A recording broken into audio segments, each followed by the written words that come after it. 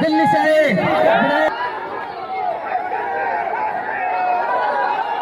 भूपेश है तो भरोसा है, लोगों के जुबान पे ऐसा होता है, क्या बोलना चाहेंगे इस पर? भूपेश है तो धोखा है। उन्होंने धोखाधड़ी किया छत्तीसगढ़ की जनता के साथ, उन्होंने धोखा किया आदिवासी के साथ। उनको अदानी की दलाली की चिंता है।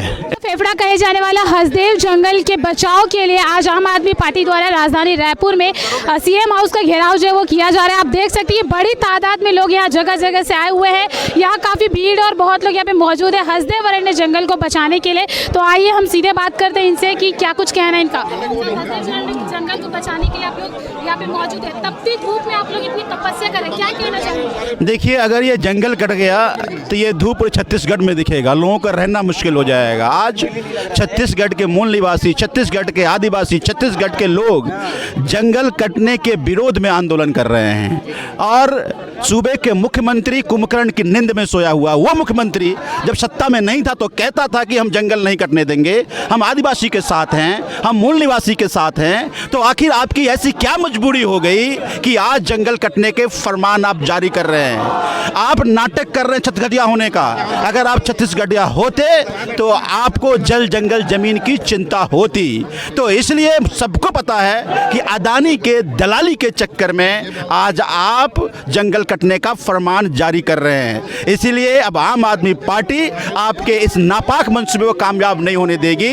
इस तपती धूप में क्या, अगर यह आंदोलन अनवरत जारी रखना पड़ा तो जारी रखेंगे जब तक ये जंगल कटने का फरमान वापस नहीं होने देता। भगवान सुन के बादल कर दिए हैं। भूपेश है तो भरोसा है, लोगों के जुबान पे ऐसा होता है, क्या बोलना चाहेंगे इस पर? भूपेश है तो धोखा है। उन्होंने धोखाधड़ी किया छत्तीसगढ़ की जनता के साथ, उन्होंने धोखा किया है आदिवासी के साथ, उन्होंने धोखा किया है मूल निवासी के साथ। आप 17 से पहले तो कहते थे कि हम जंगल नहीं कटने देंगे, आप कहते थे कि हम मूल निवासी के साथ हैं, हम आदिवासी के साथ हैं। तो आखिर आपकी सत्ता में आते ही ऐसी कौन सी मजबूरी हो गई कि आज जंगल कटने का फरमान आप जारी कर रहे हो?